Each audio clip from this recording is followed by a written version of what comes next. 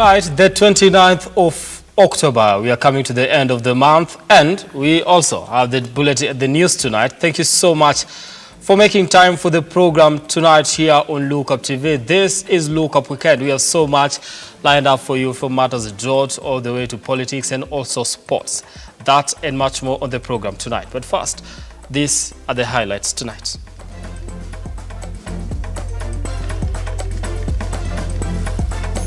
The news headlines in association with inspiring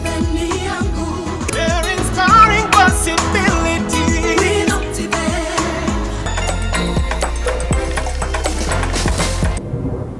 Through the assistance of donors and people of goodwill, I have led distribution of food to over 10,000 families in Narok and Sodio in Kenny. Second Lady Rigathi Gachagua flags off food distribution in Makueni as the government continues to put up measures to mitigate hunger crisis.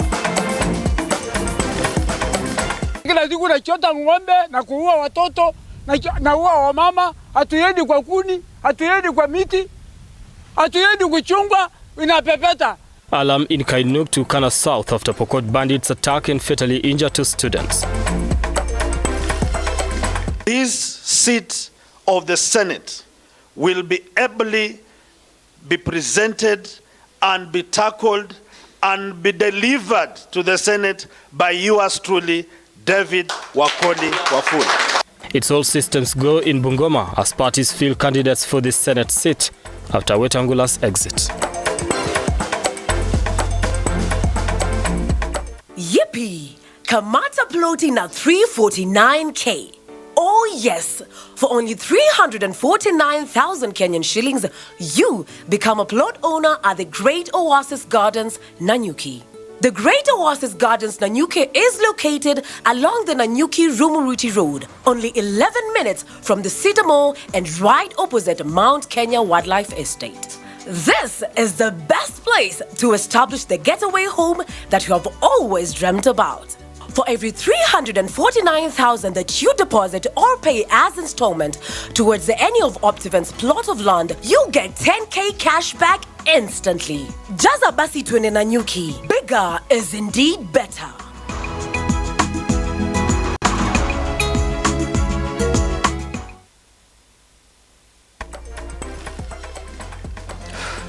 Now, my name is Brian Amwai. Remember, you can be part of the program tonight by engaging us on our socials. At Amwai Brian on Twitter, at Lookuptv. The hashtag to use tonight is Lookup Weekend. We are also live on Facebook. You can send us your feedback there. And I, Brian Amwai, will be able to sample some of it as we continue with the program tonight. Now, we start this program with the drought story. Now, Second Lady Dorcas Rigathi and Makueni Governor Mutula Kilonzo Jr. on Saturday flagged off relief food that is expected to be distributed to the residents of Kibwezi East, Kibwezi West, and Makueni sub-counties. Now, the food is set to benefit 5,000 families and all public schools during the KCSE and KCP exam periods. This as the government continues to put up measures to address the dire hunger across 23 counties. Cecilia Lubanga now reports. The national and the county government are already hard at work implementing interventions to address the crisis and to enact long-term measures. An estimated 2.1 million Kenyans remains on the brink of starvation following the current state of drought in the country. The drought situation is attributed to global warming. At the beginning of September, the country started facing the worsening drought conditions as the government continues to commit itself to assisting affected households by distributing water and relief food. In the ongoing national drought mitigation exercise, Narok County, which is among the counties at the alarm stage, has received relief food from the national government. Katika Kenya yetu tuko na shida ya njaa. Sio kawaida sana sisi kama kaunti ya Narok tupate chakula ya relief food. Kwa sababu kulingana na hali yetu ya hanga hatujapata shida kama wakati huu. Tayari chakula tumetuma kwa hizo zones ambayo tuliweza kuona ya kwamba iko na shida.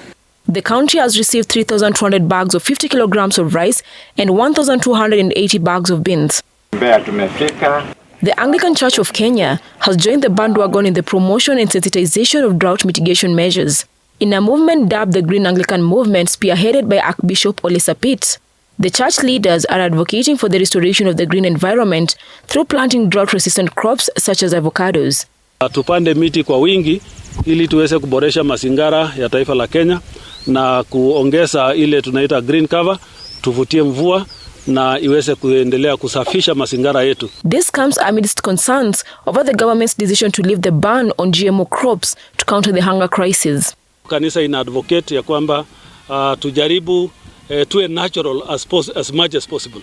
Hofu yetu ni kwamba GMO hatujui genetic hizo inatengenezwa kwa minajili gani, kwa namna gani. Hatuna utafiti ya kusema madhara yake kwa mwili wa mwanadamu. Kwa hivyo kwa sasa hivi tunataka ku-caution sisi wote na policy makers kwamba twende polepole kwa mambo ya GMO, tujifunze tuone ni gani ambayo itakuwa ya msaada kwetu. Teknolojia ni nzuri, lakini lazima tukague teknolojia gani itafaidi sisi. 11 counties, namely Garissa, Isiolo, Kajiado, Kitui, Mandera, Marsabit, Laikipia, Samburu, Tana River, Turkana and Wajir are in the alarm drought phase. While 9 counties, which include Embu, Kilifi, Kwale, Makueni, Meru, Narok, Nyeri, Tharaka Nithi, and Taita Taveta are in the alert drought phase. The remaining 3 counties, Baringo, West Pokot, and Lamu, are in the normal drought phase. Learning has stopped in some hard-hit areas. In Kangundo sub-county, 69 public primary schools have each received 90 kilogram sack of maize and 30 kilogram of beans as part of fighting famine and hunger in schools. The food donation is courtesy of a caring heart and hands of hope from America. Schools in Kangundo were hit hard with children lacking food, forcing them to skip classes. We are so happy that today we have received some donation of food in our schools. We have 69 public primary schools in Kangundo sub-county, which we've called today, so that we can issue them with the relief food, so as to sustain the learners in the school. The number of people in need of help might surpass 4.5 million by the end of the year because the October, November, December rains are projected to be inadequate. Cecilia Lubanga, Lookuptv. Right, now moving on away from that story by Cecilia Lubanga. Fear has engulfed residents of Kainuk in Turkana South after cattle rustlers from the neighboring West Pokot invaded the area, leaving 2 pupils from Philadelphia School with bullet injuries before making away with a known number of livestock. Samia Dika now reports. Tension has risen in Kainuk village along the border of Turkana and West Pokot counties as insecurity cases continue to rise. Kainuk residents are now living in fear, forcing some of them to run for safety in the neighboring safe areas like Lokichar and Katilum. Kila siku nachota ng'ombe na kuua watoto na uwa wamama, hatuendi kwa kuni, hatuendi kwa miti, hatuendi kuchungwa, inapepeta na serikali. Na bwana Mautieri kwa nalifanyika kitu kama hiyo. Alitengeneza mpaka saa hii Mautieri kwa nalinyamaza. Na sisi Waturkana si wa Kenya. Turkana Governor Jeremiah Lomurukai is among other leaders from the county who have condemned the attacks and called on the national government to fully combat the bandit groups. One small militia group inatesa Marakwet, inatesa James, inatesa Wanandi, inatesa kadilio wa Turkana, wa Samburu, Suji wa Turkana, wa kule Isiolo, Trans Nzoia, Laikipia, everywhere. Tunahitaji support ya dharura. Because kama watu wataua watoto wadogo, siku ile na peito makachoma kama nyama. Na wamerudi tena wameshoot wengine. Askari wale wamejazwa hapa Kainuka are not doing anything at all. The leaders now want Interior Cabinet Secretary Professor Kithure Kindiki to act swiftly on the issue of insecurity cases reported in the region as it is affecting the county's development. Waziri wa mambo ya security alisema kwamba mali au wahalifu watapatikana we will flatten that ground. That is the direction to go. Ukipata watu wako mahali fulani hata ndani ya Philadelphia, toa watoto and then you flatten that ground. Because we can't live with criminals. Banditry attacks and raids have been on the rise in the past few months, as President William Ruto is now promising to ensure that he ends the issue of insecurity in the north. Samedika, Lookuptv. Now to politics. The race to replace National Assembly Speaker Moses Wetangula as Bungoma Senator has narrowed down to 8 contestants. Now today, Ford Kenya has unveiled David Wafula as the party's candidate as it seeks to retain the seat. Azimio One Kenya has unanimously resolved to throw its weight behind the candidature of DAP Kenya party leader Wafula Wamunyinyi as UDS settles for former Bumula Member of Parliament Mwambu Mabonga for an election slated for 8th of December this year. Henry Tende with more. A fierce contest is shaping up in Bungoma as contestants embark on a rigorous campaign to replace the National Assembly Speaker Moses Wetangula as the county's next senator. 8 contestants have already made their intentions known in a race that promises supremacy battle between Ford Kenya and other rival parties. I take this opportunity to give you this. Today, Ford Kenya has issued a direct ticket to David Wafula, a close ally of National Assembly Speaker Moses Wetangula. Ford Kenya! Simba, Simba, Simba. Usawa, haki na ukweli. This election is about content, is about an agenda, it's about the future of our people. And I'm able and ready for that task to engage my able competitors anywhere, anytime, on whatever issue that is coming on board.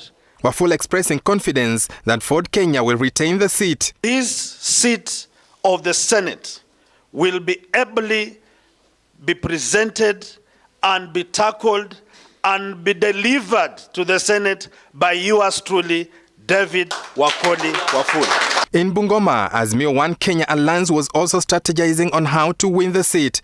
The alliance resolving to throw their full weight behind DAP Kenya party leader Wafula Wamunyinyi. Wamunyinyi, a seasoned politician in the county, saying he enjoys years of experience to lead the people of Bungoma. I want to announce today that I have accepted I'm going to be the people's candidate. I have been endorsed by the people of Bungoma and I'm going to be their candidate. Wamunyinyi nonetheless sounding a warning to the Independent Electoral and Boundaries Commission IEBC that he will not settle for anything other than a credible election. Let's conduct peaceful campaigns na tuache watu wa Bungoma wachague. Nobody should direct the people of Bungoma on who to elect. Let the people look at us, those of us that are offering ourselves, and give one of us a chance, freely and fairly, to represent the people of Bungoma. Wamunyinyi, this is time for you to go to the national level and fight for the Wananchi. So that Wananchi are not made to pay taxes on freehold land. The ruling party UDA has on its end picked former Bumula Member of Parliament Mwambu Mabonga to take on Wamunyinyi and Wafula. Others who have expressed interest in the seat include Godfrey Wanyonyi, who is vying on Ordinary People Empowerment Party, Elias Barasa, and independent candidates Raidon Wekesa, Julius Masinde, and Enoch Barasa. The election is slated for 8th of December this year. Henry Tende, Lookuptv. Right, that looks like a traitorous. Away from that to matters justice. Former DCI boss George Kinoti is alleged to have forced his juniors at the DCI to arrest Deputy President Rigathi Gachagua over 7.3 billion graft charges. Now, Kuria Obadia, who was in charge of the team investigating the allegations, said DCI began digging into the matter after receiving a letter dated April 15th, 2020 from the Financial Reporting Center. Letter from the Financial Reporting Center that made clear allegations of embezzlement of funds at the National Irrigation Board and other institutions. the Directorate of Criminal Investigations moved in swiftly to arrest the then Madeira Member of Parliament Rigathi Gachagua. In a sworn affidavit from October 15th, the Superintendent Kuria Obadia, who was in charge of the team investigating the allegations, says he was directed to conduct a thorough investigation. He, however, said they were given very strict and fixed timelines to come up with findings promptly, which made it difficult to conduct thorough and comprehensive investigations into the allegations. The affidavit reads, and I quote, "While investigations were still in progress, the Director of DCI, Mr. George Kinoti, directed us to make recommendations that will enable the accused persons to face charges. Based on immense pressure from the Director, Mr. Kinoti, my team made the recommendations. The accused persons were charged and investigations could not continue as contemplated for various reasons." Kuria said some crucial areas of investigation that will have shed light in determining the innocence or otherwise of the accused persons were not covered. The superintendent went ahead to make an application to have the case against the Deputy President withdrawn to allow time to fully investigate the allegations. An excerpt from the 4-page affidavit reads, "It will be prejudiced to the prosecution's case to proceed with the matter at this stage, noting the outstanding areas of investigations that need to be covered." In the case, Gachagua was accused alongside William Wahome Mwangi, Ann Duta Ruo, Julian Jahenda, Samuel Murimi Ireri, Grace Wambui Kariuki, Lawrence Kimaru, Irene Wambui Ndigiriri, David Ruben Nyangi Nguru, and Rapid Medical Supplies Limited. Rigathi is still chasing his 200 million shillings forfeited by the state. This comes as the Director of Public Prosecution, Nurdin Haji, recently asked for more time to review Rigathi's case. Haji asked the Anti-Corruption Court for at least 3 weeks to review the new documents that had been submitted by the second-in-command. Following the application, Magistrate Victor Wakulime adjourned the graft case, whose hearing was slated for Monday, October 17th to November 21st. Brian Amwai, Lookuptv. All right, time to take a short break here on the program. We'll be back with more in just a short while.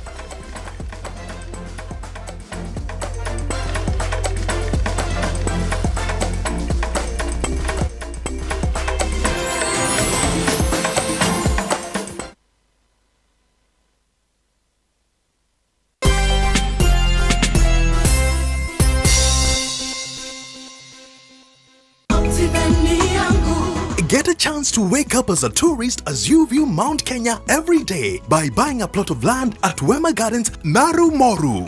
At only 400 meters off tarmac, this is the right place to build your dream home, cottages or holiday homes. You can also buy this property to give to your children as a special inheritance. Water and electricity are in the vicinity, while neighbors are already building their homes. These plots are specially ready for you with title deeds scheduled to be out in 6 months. Buy a 50 by 100 plot of land at Wema Gardens for only 399,000 Kenya shillings. You can also pay for your plot through our friendly 1-year installments plan. They're inspiring possibility.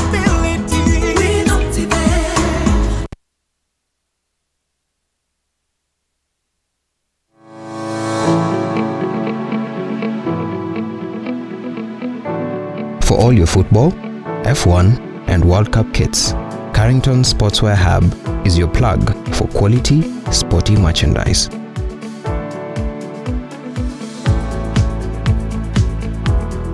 Call us on 0703 484 481.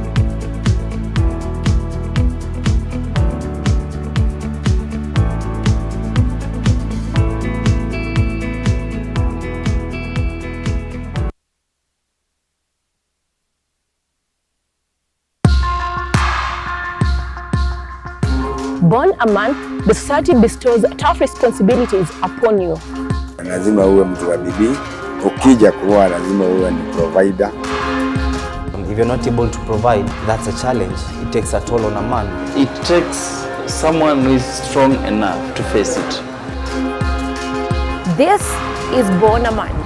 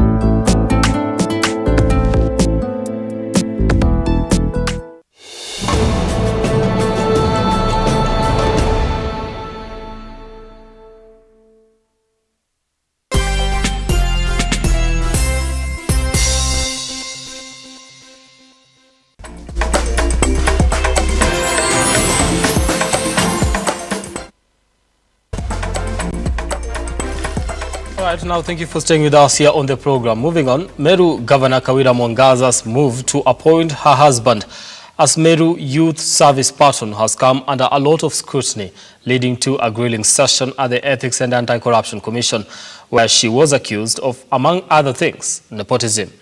On Your Opinion Matters, we ask what your thoughts are on government officials being appointed by their spouses to different positions. Governor Kawira Mwangaza is under siege, with MCAs now threatening to eject her from office.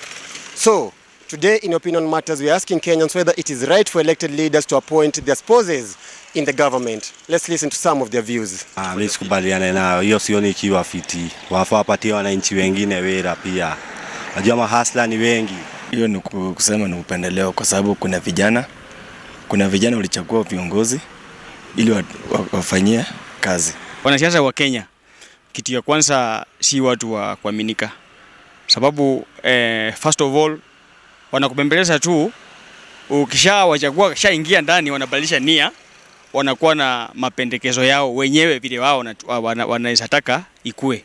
Unakuta kama ni governor anachukua bwana wake anampea ministry fulani, na kuna Wakenya wengi katika hiyo county ambao wanaweza fanya hiyo kazi na wamefuzu. Viongozi wasifanye corruption. Tumekataa juu wengi wanaumia hapa nje. Kama sisi tumesoma na tuko tu hapa nje. Kama sasa inamaanisha kama bwana wangu angekuwa hako hapo labda angenipea kazi, hiyo ni corruption. Apewe mwenye anafita hapo, lakini si bwana wake. Kama afita hapo apewe si yeye, apewe mtu mwingine. Si vizuri, tuko na wenye wanatafuta kazi. Tafadhali hao vile uongozi wao wamepata kazi, waje wengine wapate kazi. Hata ukipata kazi unapea watu ambao sio karibu na yeye. Wakati unapea watu wa karibu na yeye inaonekana hakuna ile hakika kamili ya kwamba pesa ya serikali itatumika vyema. Mimi naona si mbaya vile. Mtu yote ukiandikwa kazi lazima uanzie familia. Familia apate kazi kwanza ndio aanze kuangalia the next. Ameandika mtu wa familia yake, mapema uwezi aje hangaike waende kutoa mtu nje kwanza. Mtu familia akipata na wewe unajua umepata. Mtu wa next amepata. Those are opinions of Kenyans whether elected leaders should appoint their spouses in the government. Marlon Alando, Lookuptv, Nairobi. Now listen to this. Kenya's elected 7 female governors, Susan Kihika, Gladys Wanga, Cecily Mbarire, Wavinya Ndeti, Fatuma Achani, and Amwai Guru and Kawira Mwangaza. All of them are married, and no one has complained about their husbands. The problem of Meru County is Kawira's husband. He is sabotaging his wife. That is a comment on Twitter in regards to that particular segment of Your Opinion Matters, and also the question that we asked you on the streets. Somebody says Governor Kawira doesn't see anything wrong with having her sister as a bodyguard, because she's employed as a police officer. She doesn't know there's something called conflict of interest. Then there is her husband, who is always present even at news conferences. All right, we'll be sampling some of them as we continue with the program here on Lookup Weekend. Continue engaging us on our socials at Amwai Brian on Twitter, at Lookuptv. The hashtag to use tonight is Lookup Weekend. Moving on. Parents with children living with cerebral palsy have called on the government to address the high cost of drugs used to cope with the condition. Now, during the annual Cerebral Palsy Awareness Walk in Naivasha, Nakuru County, the parents also cited lack of occupational therapists, stigma, and lack of special schools for the children as a major challenge they encounter. According to CDC, cerebral palsy is a group of disorders that affect a person's ability to move, maintain balance, and posture. Cerebral palsy is the most common motor disability in children, and in Kenya, 3 in every 100 children are living with the condition. Parents and stakeholders in Naivasha, Nakuru County organized a sensitization walk hoping to bring awareness to the situation. Lengo letu ni kuwa hata tuongee kwa sababu ya serikali zote za county na hata national government ili waweze kuingilia kati, kwa sababu hata kama ni madaktari tuko na wachache. Huwa tunapata ripoti kutoka kwa daktari ya kuwa hawa watoto wanafaa waonekane mara 3 kama ni mazoezi, lakini unapata anaonekana mara 1 kwa mwezi kwa sababu ya uhaba wa madaktari. The full-time care that these children require often means that mothers have to leave their jobs, leaving them with little support, a tale Penina passionately shares with us. Hii tunapitia challenges mingi sana. Ukiwa na huyu mtoto kwa nyumba, unataka kibarua, unatafuta kibarua, unakosa kibarua. Hata mwenye labda tuseme umepata kibarua, huwezi enda na ule mtoto. Diapers unahitaji diapers, mtoto anahitaji diapers. Saa zingine mnamfunga mavitabara, diapers hamna chakula yenyewe. Huyu mtoto anahitaji special diet. Huwezi mpea githeri yenye mama amekuja na githeri amekuletea githeri, nyinyi mtakula nyinyi wengine, lakini mtoto anahitaji special diet. With the hard economic times, the cost of medication for the condition makes it almost impossible for these parents to afford them. Serikali inaweza omba at least iangalie caregivers na even madawa zenye tunatumia at least ikuwe cheaper, na even therapy. Wazazi wengine mpaka fare kutoka kwenye wanaishi kukuja therapy hawana. Sasa pata mpaka therapy yenyewe unakuja kulipa. Pris Kanjeri, Lookuptv.